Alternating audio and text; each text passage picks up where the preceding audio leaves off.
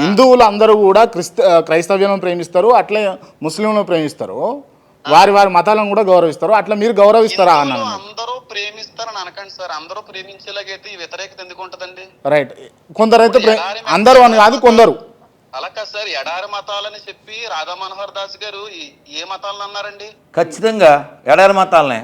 ఎడారి మతాలు అంటే ముస్లింలని క్రైస్తవులు అన్నారు కదండి. రెండు మతాలు ఎడారిలో పుట్టినాయి.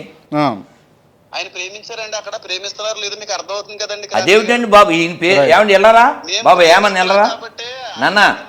మాట్లాడండి, మీరు మాట్లాడండి, వినిపిస్తుంది. నాన్న హేమని వినపడుతుందా?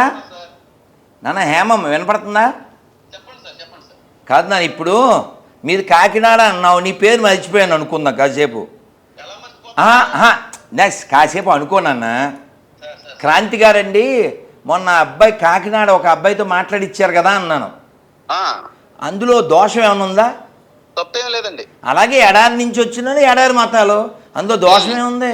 కాకినాడ అబ్బాయి ఎలాగో ఎడారి మతాలు అలాగా.